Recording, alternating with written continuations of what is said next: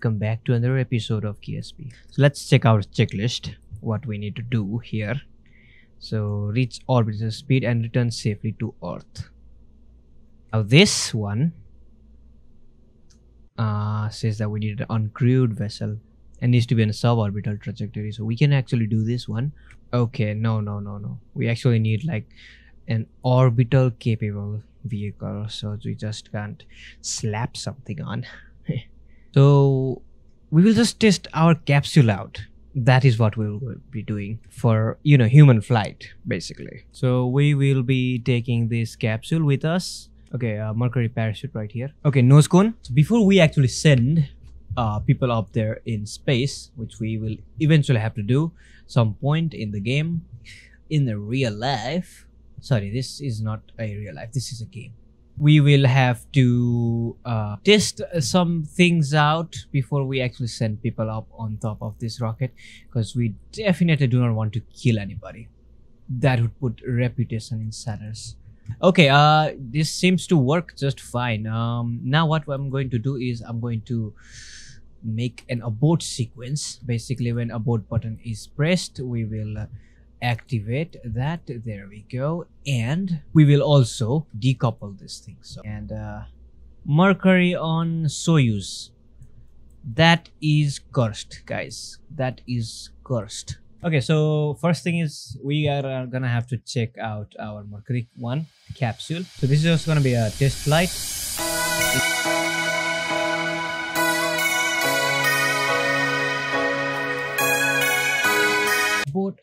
Abort. Okay, seems like abort was okay, that was scary. There we go. We can see that the rocket is now out of control.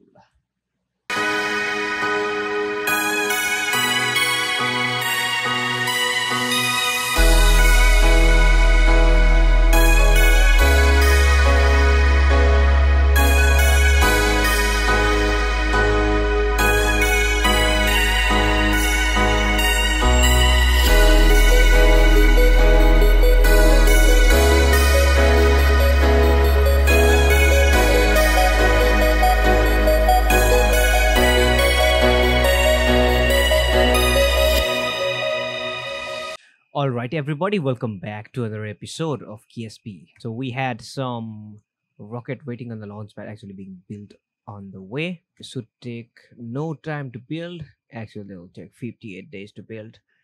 But we can just time forward this thing. Okay, so Mercury 3 is ready for liftoff. So let's roll that out up in the launch pad. So similarly, we will have the second one built quickly. Okay, we have a night launch here and lift off. So typical rocket launchers, you don't need to see this process.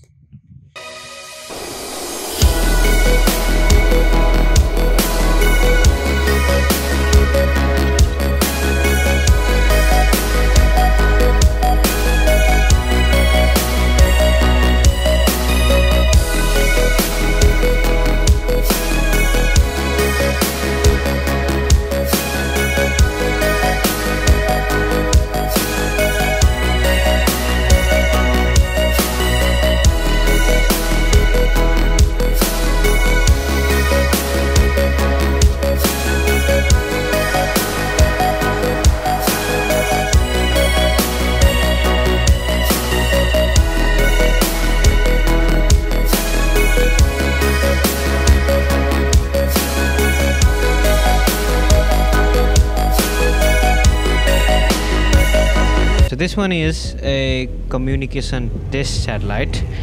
Let's bring the volume down because no one will be able to hear my volume.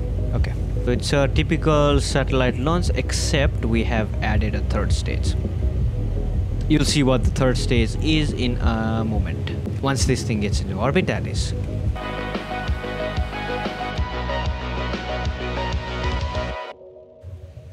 Okay, now we will get rid of a lot of things here. Okay, did you just see that? That was a very nice clean separation. I could not capture this in slow motion, but we'll do that in future maybe. So we are now burning for orbit. Okay, we should be done now. And we should be done. There we go. So let's separate. There we go. Okay, so we did make orbit here, but we are not in the correct orbit. So we'll do that now. We need to get that orbit first. So let's get the maneuver planner and change the apoapsis to how much?